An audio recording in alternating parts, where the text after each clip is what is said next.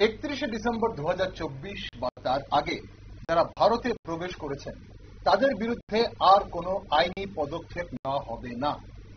কেন্দ্রীয় গৃহ মন্ত্রণালয়ের নোটিফিকেশনে সোমবার থেকে কার্যকর হওয়া নতুন অভিবাসন ও বিদেশি আইন 2025 অনুযায়ী আফগানিস্তান, বাংলাদেশ ও পাকিস্তান থেকে আসা 6টি সংখ্যালঘু সম্প্রদায়ের মানুষ অর্থাৎ হিন্দু, খ্রিস্টান, শিখ, বৌদ্ধ, জৈন ও পার্সি যারা 31 ডিসেম্বর 2024 তারিখ বা তার আগে ভারতে প্রবেশ করেছেন, এমনকি যদি তাদের বৈধ পাসপোর্ট বা ট্রাভেল ডকুমেন্ট নাও থাকে, তাদের বিরুদ্ধে আর কোনো আইনি পদক্ষেপ নেওয়া হবে না।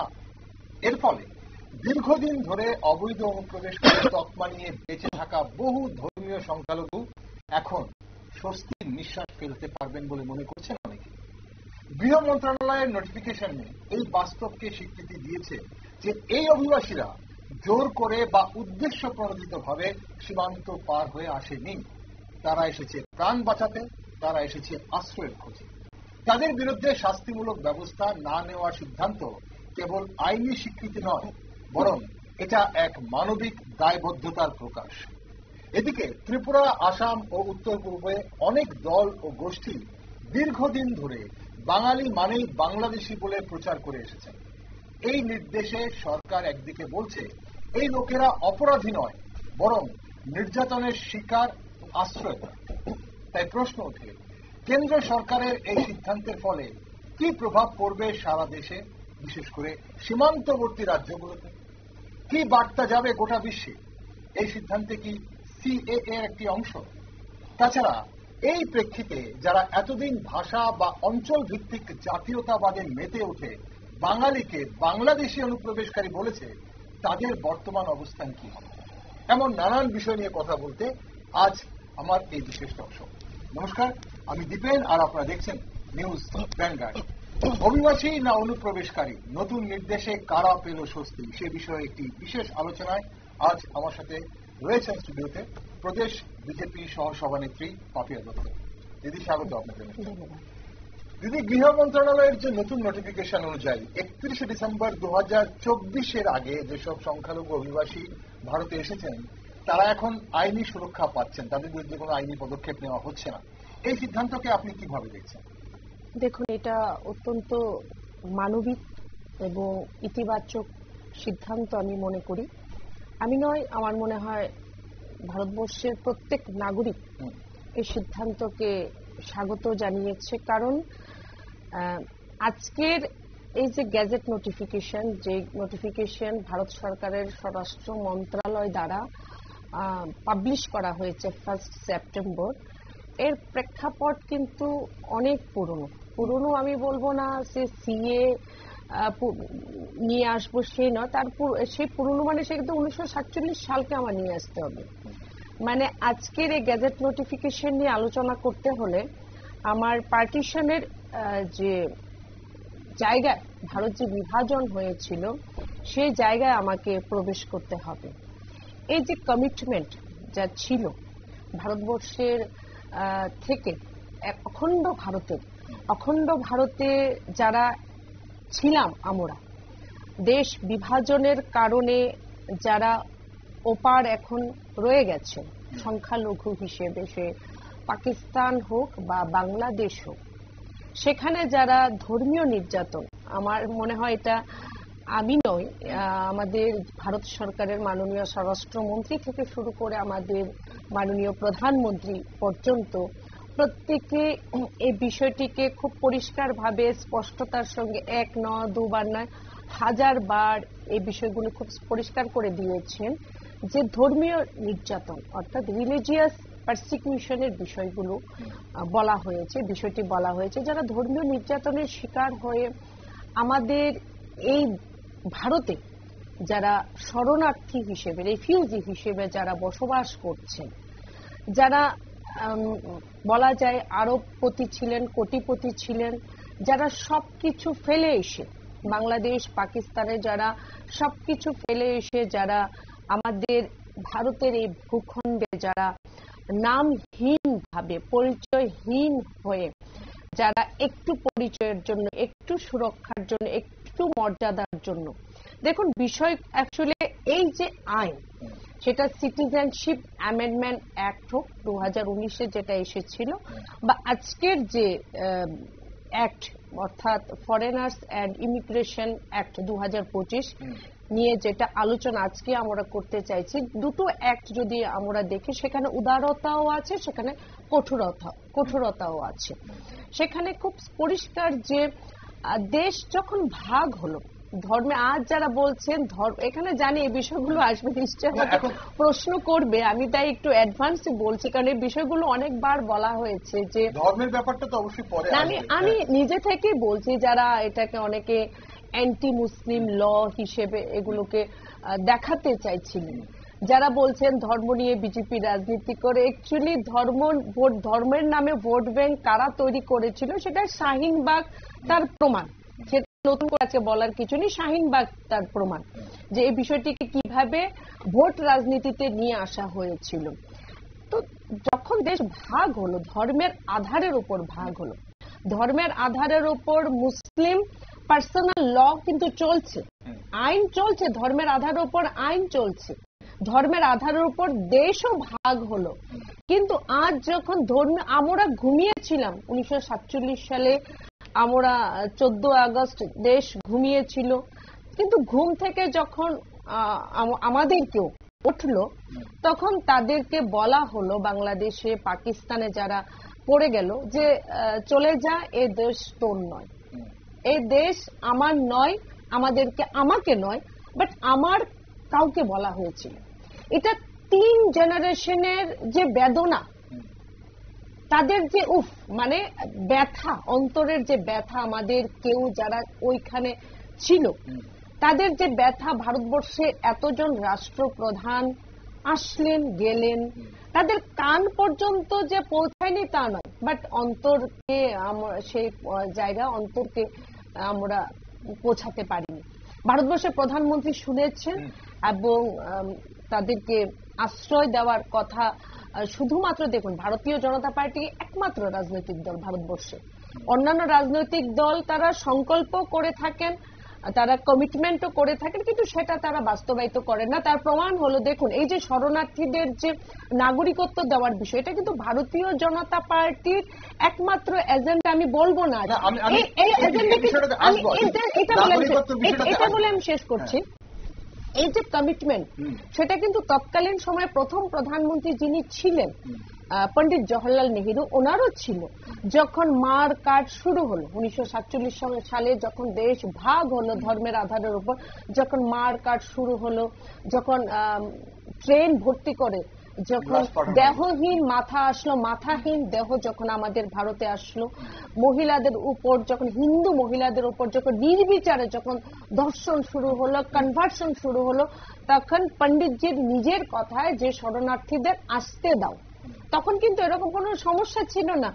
শরণার্থীদের আসতে দাও, বা যে যে জায়গায় আছো থাকো, বলা হলো যারা এসেছেন বলা হলো আসো, বা যারা যে জায়গায় আছো থাকো, আমরা চিন্তা করছি। আজকের যে সিটিজেনশিপ অ্যামেন্ডমেন্ট অ্যাক্ট, আজকের বা ফরেনার্স অ্যাক্ট, এগুলো আনার প্রয়োজনীয়তাই ছিল না যদি নেহেরু লিয়াকত যে চুক্তি, সেটার যদি সঠিক বাস্তবায়ন হতো। নেহেরু লিয়াকত চুক্তি ছিল যে যারা পাকিস্তানে যারা সংখ্যালঘু, যারা বাংলাদেশে যারা সংখ্যালঘু, মানে তৎকালীন পূর্ববঙ্গ, আজকের ভারতে যারা সংখ্যালঘু, তারা প্রত্যেক রাষ্ট্রের সংখ্যালঘুদের স্বার্থ দেখা হবে। আজকের স্বার্থ দেখার পরিণাম কি এটা? স্বার্থ দেখার পরিণাম কি এটা যে পাকিস্তানে কখনো হিন্দু ছিল 23%, আর সেটা পৌঁছে গেল 1.18%। সে সংখ্যালঘুদের স্বার্থ দেখার পরিণাম কি এটা? যে বাংলাদেশে একটা সময় 91-এর কথা আমি বলছি, বেশি দূর যাব না, 1947 যাব না, সেখানে 22%-এর কাছাকাছি আমাদের হিন্দু ছিল। আজকে সেই হিন্দুর সংখ্যা পৌঁছে গেছে 8.5%। আজ আমাদের আফগানিস্তানের কি পরিস্থিতি? 0.04% আমাদের হিন্দু। তো গেল কোথায়? কনভার্সন হয়েছে, না হলে তারা শরণার্থী হিসেবে আমাদের দেশে আছে।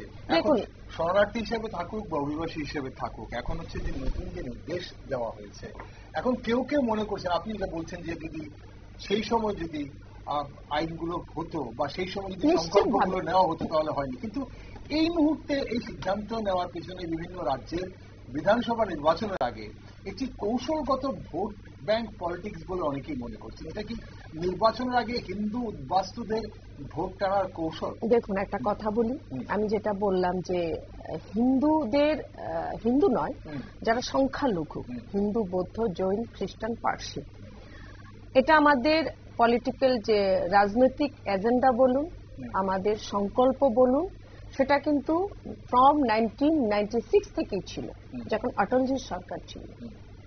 ডিটেক্ট করা, ডেপুট করা, ডিলিট করা এবং ডেপুট করা, চিহ্নিতকরণ করা, তাদেরকে ডিলিট করে দেওয়া, তাদেরকে পাঠানো, কারা? অবৈধ অনুপ্রবেশকারী যারা, অর্থাৎ ইল্লিগেল। দেখুন, আজ রাষ্ট্রসংঘের যদি একটি বিষয় আমি বলি, খুব স্পষ্টভাবে ইল্লিগেল ইমিগ্রেন্টস যে বিষয় এবং ডিফারেন্স যেটা রেফিউজির সঙ্গে খুব স্পষ্টভাবে বলা হয়েছে যে migrant chooses to move for reasons like work or better opportunities, while a refugee is forced to flee their home due to a well-founded fear of persecution, conflict or violence, making them unable to return safely.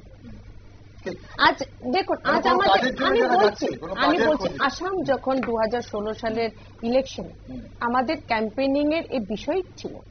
এটা দেখুন, এই যে যারা illegally যারা আমাদের ভারতবর্ষে আসছে, আমাদের স্বরাষ্ট্রমন্ত্রী কিছুদিন আগে এই অ্যাক্ট নিয়ে যখন পার্লামেন্টে উনি বিষয় রেখেছিলেন, খুব স্পষ্টভাবে বলেছেন যে ভারতবর্ষের একটি নিষ্কলঙ্ক যে অভিবাসন যে বিষয়টি, যে ইমিগ্রেশন, প্রবাসী, একটা নিষ্কলঙ্ক একটা ইতিহাস আছে। আমাদের ভারতবর্ষে কিন্তু কোন রকম ভৌগোলিক সীমা দ্বারা তৈরি দেশ নয়, বাকি দেশের মতো আমাদের এটা ভূসাংস্কৃতিক দেশ, এবং বিশ্বের সবচেয়ে ক্ষুদ্র মাইনরিটি ভারতবর্ষে কিন্তু মর্যাদার সঙ্গে বসবাস করছে, এবং সারা বিশ্বের মধ্যে সবচেয়ে বেশি প্রবাসী আজ ভারতবর্ষে, প্রায় 1,72,00,000 প্রবাসী ভারতবর্ষে বসবাস করছেন। দে আর অলওয়েজ ওয়েলকাম, পড়াশোনার জন্য হোক, ব্যবসার জন্য হোক, বিজনেস পারপাস হোক, দেখুন আসাম নিয়ে গোটা দেশ কি দেখেছে, আসাম নিয়ে দেখেছে। আমি বলছি, দেখুন আসাম নিয়ে, আপনি আসামের কথা বললেন, আসাম নিয়ে কিছুদিন আগেও কি দেখেছে? আসাম নিয়ে আসাম সরকার বিশেষ করে বাঙালিদের, হিন্দু বাঙালিরাও কিন্তু এই মুহূর্তে ডিটেনশন ক্যাম্পে আছে। এখন এই যে নতুন নির্দেশ অনুযায়ী অনেকেই মনে করছেন যে এই সিদ্ধান্ত নাগরিকত্ব সংশোধনী আইন মানে সিএএ বাস্তবায়নের একটি মানে পূর্ব ধাপ হিসেবে কার্যকর করা হচ্ছে। আসলে কি মানে সিদ্ধান্তটা বাস্তবে সিএ দিকেই মানে নিয়ে যাওয়া হচ্ছে, মানে এর বিকল্প রূপ, নাকি এটা কেবল একটা এককালীন আইনি ছাড় দেওয়া হবে? অভিবাসন আছে, অনুপ্রবেশকারী আছে, কিন্তু কারা অভিবাসী কারা অনুপ্রবেশকারী কিভাবে চিহ্নিত করা? দেখুন, খুব ভালো লাগলো একটি বিষয় পরিষ্কার করে দিয়েছো, কারণ বাঙালি হিন্দু ডিটেনশন ক্যাম্পে আছে, তার মানে কি আমাদের স্বরাষ্ট্রমন্ত্রী, মাননীয় স্বরাষ্ট্রমন্ত্রী সেটাই বলতে চাইছিলেন যারা বলছেন এটা অ্যান্টি মুসলিম ল। এখানে খুব বিষয় কিন্তু পরিষ্কার, এখানে বলা হয়েছে রিলিজিয়াস পারসিকিউশন। আমি আবার রিপিট করছি, ধর্মীয় নির্যাতনের শিকার হয়ে যদি হিন্দু, বৌদ্ধ, শিখ, জৈন, পার্সি কেউ আসে ভারতবর্ষ, তাদেরকে নাগরিকত্ব দেবে, এটা তাদের অধিকার, কারণ এই দেশ এক ছিল। আজকে পাশাপাশি যখন মুসলিমদের কথা হচ্ছে তখন সেটাও বলা হয়েছে যে দেখুন, ধর্মীয় কারণে পাকিস্তান থেকে, যে পাকিস্তানে আজ মুসলিমদের সংখ্যা 97%, যে আফগানিস্তানে মুসলিমদের সংখ্যা আজ 99.7%, যে বাংলাদেশে আজ মুসলিমদের সংখ্যা 91% প্রায়, অলরেডি সে কান্ট্রিগুলো ইসলামিক দেশ। ইসলামিক কান্ট্রিতে ধর্মীয় কারণে কেউ নির্যাতনের শিকার হবে কোনো মুসলিম, সেটা কিন্তু হতে পারে না। তারপরও বলা হচ্ছে ভারত, আমি যেটা বললাম, আমাদের এত বড় একটা ইতিহাস আছে যেটা আমাদের সংস্কৃতি আমাদের শিখিয়েছে যে বসুধৈব কুটুম্বকম, অর্থাৎ সমগ্র বিশ্ব আমরা এক পরিবার। যারা ভারতবর্ষে যারা প্রবাসী আসছেন তারাও দেশের অর্থনীতি, সংস্কৃতি সবকিছুতে তাদেরও যেমন অবদান আছে, এবং ভারতবর্ষ থেকে যারা বাইরে গেছেন, আজকে সুনিতা উইলিয়াম বলুন বা যারা আছেন আমাদের, তারাও কিন্তু সেখানে দেখুন গিয়ে বড় বড় অবদান রাখছে। আজকের দিনে এটাই বলা হচ্ছে যে যদি কেউ কোনো মুসলিম যদি ধর্মীয় নির্যাতনের শিকার হয়ে যদি আবেদন করে, সেটাও কিন্তু ভারত সরকার উদারতার সঙ্গে দেখবে। তার জন্য বললাম সেখানে কঠোরতা আছে। কাদের জন্য কঠোরতা আছে? আজকে কোনো হিন্দু, আমি তারপরও বলছি, আজকে কোনো হিন্দু যদি বাংলাদেশ থেকে, পাকিস্তান থেকে আমাদের দেশের সুরক্ষার জন্য যদি থ্রেট হয়ে থাকে, আজকে দেখুন পেহেলগাম যখন ঘটনা হলো, সেখানে নিশ্চিতভাবে পাকিস্তান থেকে কিন্তু আজ যারা মৌলবাদ জেহাদিরা যারা এসেছিলেন আমাদের দেশের প্রায় 26টি হিন্দু প্রাণ যারা ধর্ম জিজ্ঞাসা করে হত্যা করে গেছে, সেটা যেরকম সত্য, বাস্তব এটাও যে পরবর্তী সময়ে একজন স্পাই, যাকে জ্যোতি, আমার নামটা ঠিক মনে পড়ছে না, জ্যোতি, সে হিন্দু ছিল। তো সে হিন্দু মানে কি? সে দেশের জন্য থ্রেট। তো আজকে বাংলাদেশ থেকে, পাকিস্তান থেকে যদি কোন রকম একজন হিন্দু যদি এসে যদি তার ডকুমেন্টস যদি সে শো করতে না পারে, যেসব ধর্মীয় নির্যাতনের শিকার হয়ে এসেছে, রিলিজিয়াস পারসিকিউশন হয়েছে ওর ক্ষেত্রে, নিশ্চিতভাবে তার প্রতিও কঠোরতা দেখাতে হবে, নিশ্চিতভাবে দেখাবে। নতুন নির্দেশে কোনো ধরনের আইনি পদক্ষেপ নেওয়া হবে না। দেখুন, তার প্রতি নিশ্চিতভাবে না। সে যদি আজকে ধর্মীয় কারণের যদি নির্যাতনের শিকার হয়ে যদি দেশের স্মরণে আসে, ভারতবর্ষের স্মরণে আসে, এটা ভারতবর্ষের ইতিহাস, ভারতবর্ষের সংস্কৃতি, ভারতবর্ষ তাকে স্মরণ দেবে।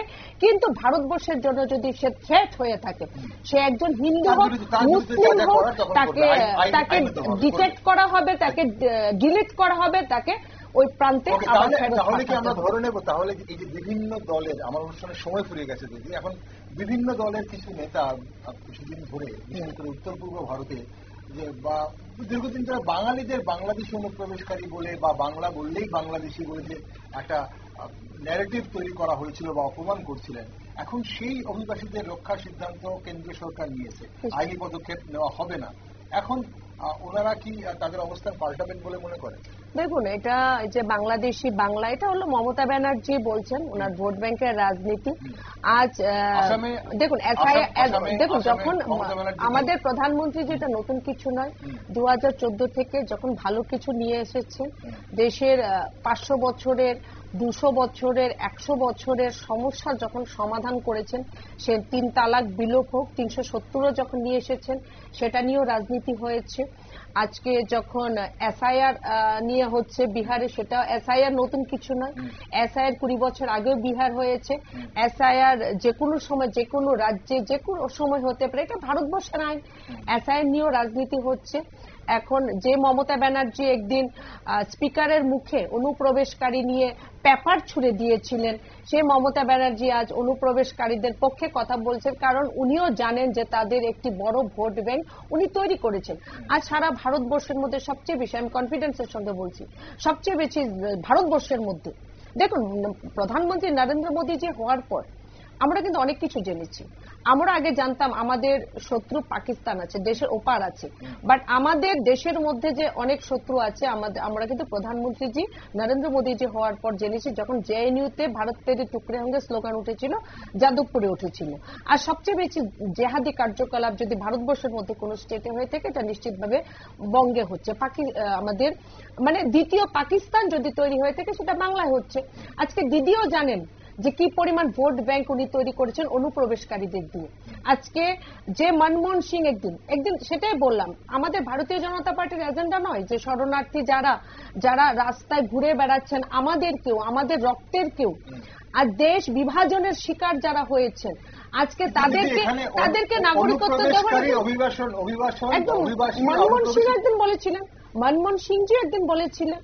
আজকে ইমপ্লিমেন্ট দেখুন, আজ যেটা নেহরুজি, লিয়াকতজি যে চুক্তি করে গিয়েছিলেন, তার ইমপ্লিমেন্টেশন আজকে নরেন্দ্র মোদী কি করছেন, তার ইমপ্লিমেন্টেশন অভিবাসী, এভাবে আমরা কিভাবে এখন সেটাকে চিহ্নিত করব? দেখুন, তার জন্য নিশ্চিত চিহ্নিতকরণের, দেখুন আজকে সেই চিহ্নিতকরণের নামই কি সিএএ হচ্ছে? সেটাই জানতে চাই, চিহ্নিতকরণের ধরন থেকে কি সিএ এটা নেক্সট স্টেপ হবে। দেখুন আজকে যেটা ফরেনার্স এবং ইমিগ্রেশন অ্যাক্ট 2025 যেটা আমাদের এপ্রিল মাসে 4 এপ্রিল যেটা হয়েছে, আজ 1 সেপ্টেম্বর তারই গেজেট নোটিফিকেশন বের করা হয়েছে এবং ওর 33 সম্ভবত 36 ধারা আছে, আমি এই অ্যাক্টে 36 ধারা আছে, তার মধ্যে 26টি পুরনো 10টি নতুন হয়েছে, 26টি কিন্তু পুরনো। এবং আগে যে বিচ্ছিন্নভাবে 4টি আইন ছিল সেটাকে সমগ্র করে এক করে এটাকে কিন্তু নতুন ভাবে রূপ দেওয়া হয়েছে। এবং আমি এটা বলা একটু বলতে হবে, এটা তো আমাকে একটু যেটা প্রশ্ন আসছিল কিভাবে বোঝা যাবে, আজ তারও কিন্তু ওয়ে আছে। আজ আমি রামনগরের ভোটার, আমি কিভাবে রামনগরের ভোটার, আমি যখন ভোট দিতে যাই আমার কাছে কি থাকবে, ভোটার আই কার্ড থাকবে, তার থেকে প্রমাণ আমি রামনগরের ভোটার। আমি কিন্তু আমার ওই স্কুল সার্টিফিকেট নিয়ে গেলে প্রমাণ হবে না, সেখানে আমার ভোটার আই কার্ড নিয়ে যেতে হবে যে আমি রামনগরের ভোটার।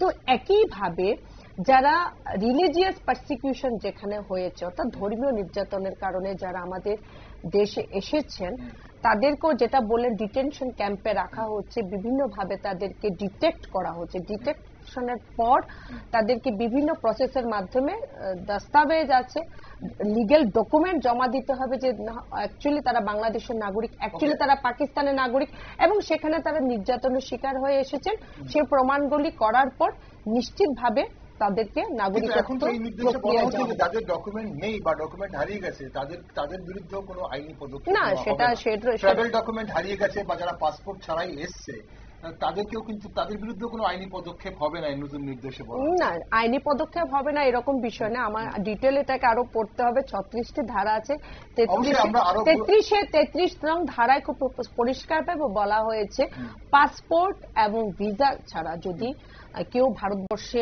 আসেন সেটা তাহলে তো বোঝা হিন্দু হোক মুসলিম হোক তাকে নাগরিকত্ব দেওয়া যাবে না, দেওয়া হবে না। নাগরিকত্বের ইস্যু নয়, এই নির্দেশ শরণার্থী না, সেখানে নাগরিকত্বের বিষয় তার বিরুদ্ধে কোনো আইনি পদক্ষেপ হবে না। আসামে হচ্ছিল যে এখানে যদি এখন ডিটেনশন ক্যাম্পে রাখা বা কিছুদিন ধরে ভারতবর্ষের বিভিন্ন জায়গায় যে বাংলা বললেই বাংলাদেশি বলে চিহ্নিতকরণ করা হচ্ছিল বা সন্দেহ করা হচ্ছিল, সেগুলো কোনো আইনি পদক্ষেপ তার বিরুদ্ধে হবে না। দেখুন বাংলা বলে এরকম নয়, সেটা মমতা ব্যানার্জি বলছেন এবং ওনার পার্টি বলছেন। আমাদের দিল্লি বলুন, হরিয়ানা বলুন, বিভিন্ন জায়গায় অনেক সবচেয়ে বেশি বাঙালিরা কিন্তু সেখানে কাজ করছেন, কর্মসূত্রে থাকছেন।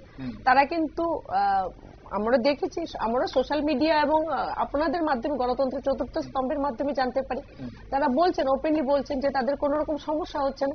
এখন বাংলাদেশে এসে বাংলাদেশিরাও তো বাংলাদেশ থেকে যারা আছেন তারাও বাংলাই বলেন, তো বাংলাদেশিরা যখন বলবেন তো সেটা তো বাংলাই বলবেন। তো সে বাংলাদেশিদের যখন অনুপ্রবেশকারী যারা ইলিগেলি যারা আসছেন আমাদের দেশে, যারা অর্থনীতির ওপর আমাদের দেশের সম্পদের ওপর যারা ভাগ বসাচ্ছেন, সেটাও আমি আজকে দিনে বলবো ইম্পর্টেন্ট, এতটা আমার কাছে না। যদি তারা আমাদের দেশের জন্য থ্রেট হয়ে থাকেন, যারা আমাদের দেশে কার্যকলাপ করবে, আমাদের দেশে যারা অ্যান্টি ন্যাশনালিজমের যারা কাজ করবেন, যারা আমাদের দেশের বিরুদ্ধে কাজ করবেন, যারা তাদের বিরুদ্ধে কি অ্যাকশন হবে না? আমার ঘরে এসে আমি ঘর খোলা রেখে দেব? আমার ঘরে এসে কেউ চুরি করবেন, আমার ঘরে এসে কেউ চুরি করবেন আমি যদি জানতে পারি, আমার ঘরে এসে আমাকে কেটে বেরিয়ে যাবেন, আমার ঘরে এসে আমার বিরুদ্ধে কাজ করবেন, তার বিরুদ্ধে আমি অ্যাকশন নেব না? এটাই কি বিরোধীরা বলতে চেয়েছেন? দেখুন রাহুল গান্ধী, বললাম না, উনি 90টি নির্বাচনে নেতৃত্ব দেওয়ার পর পরাজিত হওয়ার পর তাদের নিয়ে রাজনীতি হচ্ছে হবে, তাদের কাজ রাজনীতি করা। আমাদের কাজ, আমি আবারও বলবো, ভারতীয় জনতা পার্টির যে মানবিকতার এক নতুন, বলবো না বারবার সে দৃষ্টান্ত নরেন্দ্র মোদীজি করেছেন। এই যে সিদ্ধান্ত, এই যে নতুন নির্দেশ আরো বিস্তারিত বুঝতে হবে, বোঝার পর তারপর অবশ্যই আমরা আলোচনায় বসতে পারবো আবার। অসংখ্য ধন্যবাদ দিদির সঙ্গে থাকার জন্য আজ। দর্শক বন্ধুরা, ভারতের রাষ্ট্রনীতিতে এখন একটি বিষয় স্পষ্ট যে ধর্মীয় নিপীড়নের শিকার হয়ে আসা সংখ্যালঘুদের প্রতি রাষ্ট্রের দায়িত্ব আছে। আর সেই দায়িত্ব পালনের পথে দাঁড়িয়ে যারা ভাষা, সংস্কৃতি বা রাজনৈতিক লাভের কথা বলে বিদ্বেষ ছড়াচ্ছেন, তাদের পেছনে পড়ে থাকার সময় দেশ ও ইতিহাস দুটোই রাখে না। তাই যারা এখনো বাঙালি মানেই বাংলাদেশি বলে হুঙ্কার দেন, তাদের উচিত নতুন করে নাগরিকতা, মানবতা এবং ইতিহাস এই তিনটে বিষয়ে পাঠ নেওয়া। আগামী দিনে বিভিন্ন রাজনৈতিক দল এবং সংগঠন এই বিষয়ে কি ধরনের প্রতিক্রিয়া জানায় সেদিকে নজর রাখছি আমরা। আপনারা সঙ্গে থাকুন, দেখতে থাকুন নিউজ ভ্যানগার্ড।